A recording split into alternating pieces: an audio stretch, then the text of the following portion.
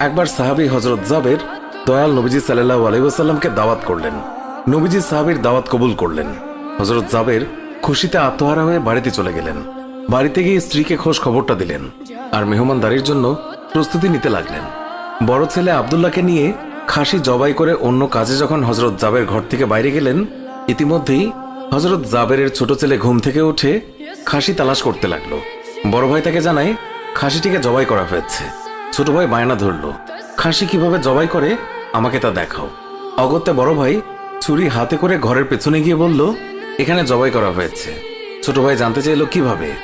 বর্ণনা করে বোঝাতে না পেরে অবশেষে বড় ভাই বলল, তাহলে তুমি মাটিতে শুয়ে পড়ো, আমি তোমাকে দেখাই। ছোট ভাই মাটিতে শোয়ার পর বড় ভাই তার গলায় ছুরি চালিয়ে জবাই করার নমুনা দেখাতে গিয়ে ছোট ভাইকে সত্যি সত্যি জবাই করে ফেললো। বড় ভাই যখন দেখলো ছোট ভাইয়ের গলা থেকে রক্ত গড়িয়ে পড়ছে, সে ছটফট করতে করতে একসময় নিস্তেজ হয়ে গেছে। তখন বুঝলো ব্যাপারটি কি ঘটেছে। আতঙ্কিত হয়ে সে নিকটবর্তী খেজুর গাছের চূড়ায় উঠে আত্মগোপন করে রইল। এদিকে হযরত জাবের পুত্রদের খোঁজে বাড়ির পেছনে এসে ছোট ছেলের অবস্থা দেখে থমকে গেলেন। অতঃপর তাকে বুকে করে স্ত্রীর কাছে গিয়ে বললেন, তাড়াতাড়ি একটি কম্বল নিয়ে এসো, বাচ্চাটিকে শুইয়ে দিই। স্ত্রী রক্তমাখা সন্তানের লাশ দেখে চিৎকার করে কাঁদতে লাগলেন। কিন্তু স্বামী হযরত জাবের তাকে সান্ত্বনা দিয়ে বললেন, আজ আমাদের শোক প্রকাশ করার দিন নয়, আজ দুঃখ দেখলে নবীজিও দুঃখিত হবেন।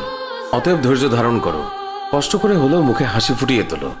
তারপর তারা দুজনে মিলে ছোট ছেলেকে কম্বলে মুড়ে রান্নাঘরের পেছনে রেখে আসলেন। স্ত্রী রান্নার কাজে মন দিলেন।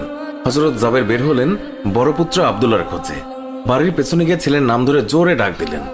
গাছের উপর আত্মগোপন করে বড় ছেলে সব ঘটনা প্রত্যক্ষ করছিল আর ভয়ে কাঁপছিল।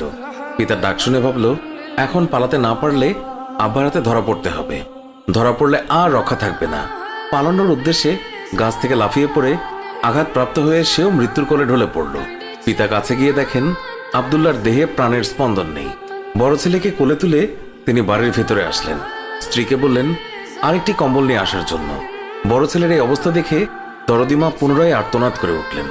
স্বামী তাকে পুনরায় সান্ত্বনা দিয়ে বললেন, ধৈর্য ধরো,